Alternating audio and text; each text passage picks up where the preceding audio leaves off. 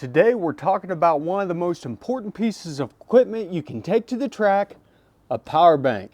Stick around.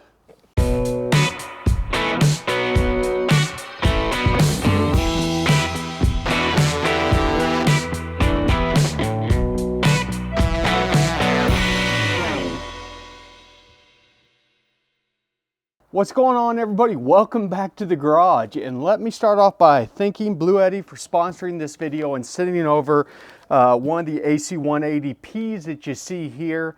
And let me give you a little backstory about why I love these things.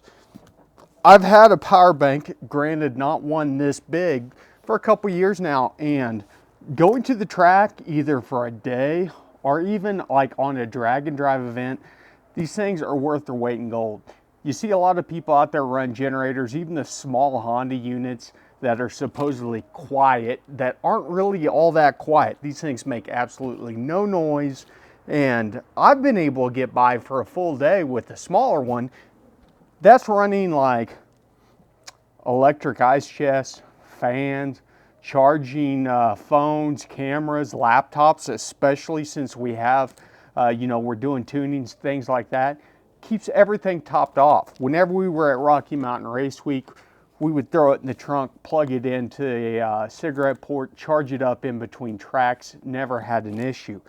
This thing right here, as you can see, 1800 watts. This is a big boy. And we got 1440 watt hours. That means a 1400 watt device is going to run a full hour before it draws the battery. And if we get around to the back side here, we can look at some of the times that they have listed out here.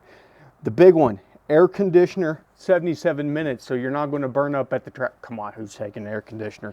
But like an air compressor, 58 minutes. And we're not talking about one of those little ones that take forever to air it up. This is a legitimate air compressor, 120 volts. It'll run one of those things for an hour of running the pump. Among some other things, we got 40 minutes on a heater, 1000 watt microwave for over an hour. Yeah, this thing is going to give you all the power that you need and then some. My guess is this will probably keep us charged up for 2, 3, maybe the whole week at Rocky Mountain Race Week whenever we take it with us to 1.0 next year. But let's grab everything out of the box, get it spread out on the table, and take a look at what it comes with and some of the ports on the unit itself. Okay, this here's a beefy boy. This thing weighs about 40, maybe a little over 40 pounds. It is heavy. A lot of batteries in this thing to get 1800 watts. On the front, we've got the regular accoutrement. We've got an input on here, and the cool thing about it is we've got a car charger, plugs right into the front if you want to charge this thing up on your cigarette lighter. But it also comes with the flying leads for a solar panel installation. This unit did not come with solar panels. You can buy this unit with solar panels, or you can buy the solar panels separately. You got the cable. The other nice thing about it is the power cable. This is it, just a cable.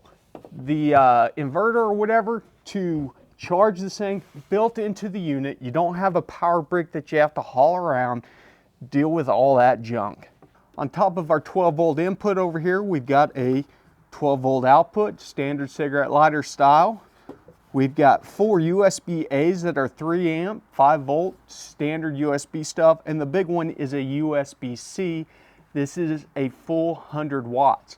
Now, why that's important is if you're charging things like a laptop nowadays over USB-C, they're going to want around 65 watts. If you have one of these older units out there that wasn't putting out 65 on the USB-C, it's going to charge really slow, if at all. A lot of these newer laptops will just shut off charging because there's not enough watts on there. Then we've got 4 outlets on here that are rated out to 1800 watts. On this side, we've got our input for our power, and then we've got a breaker over here. The breaker's a 20 amp breaker, so that gives you an idea of how much you're going to be able to run on this. You know, your home, your outlet circuits are generally about 15 amps, so this is going to provide a little bit more power than your 120 outlet circuits at your house before it trips out. On top of it, literally on top of it, it has a 15 watt wireless power charger for your cell phones or your tablets or anything that does wireless. Super cool added features. Now, we fire the thing up here, middle button, it's going to give us our readout. We're at 51% right now, and it gives you an estimated time based on load. We're at 99.9 hours because there's no load on it.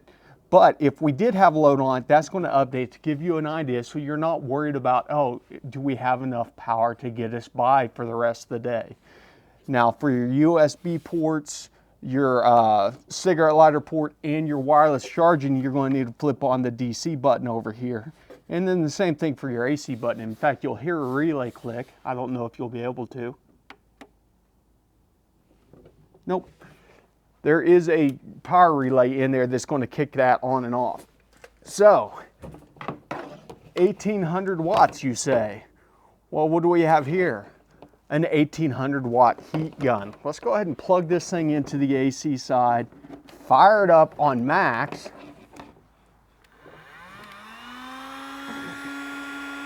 And even though it's 1800 watts, it says that we are pulling 1500. Let me warm my hands up real quick. It's getting pretty cold out here. But the cool thing is, at 1500 watts at 50%, we still got half an hour. That's quite a bit. I mean, it takes a lot of juice to run this thing, and if you doubt that, hook this thing into an outlet that's on the same circuit as a heater and watch it trip the breaker every single time. Trust me, I know. As you can see, it does have internal cooling. Whenever the AC ramps up, it's going to turn the fans on. You probably heard them. But as soon as the AC load drops back down, it goes away.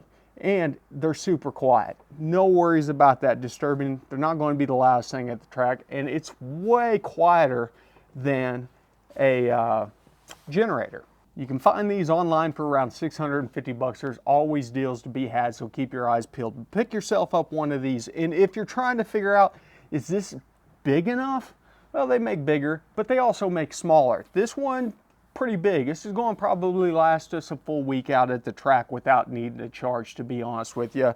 Maybe charge it once. That's about it. This is a lot of juice. You'd be surprised how long something like this is going to last just running what we're running, small electronics.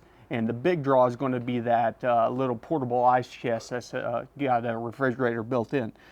But you can find bigger and you can find smaller, so you don't have to go with an 1800 watt. Just check out Bluetti's website. I'll put a link down in the description below. And the nice thing about it is 650 bucks.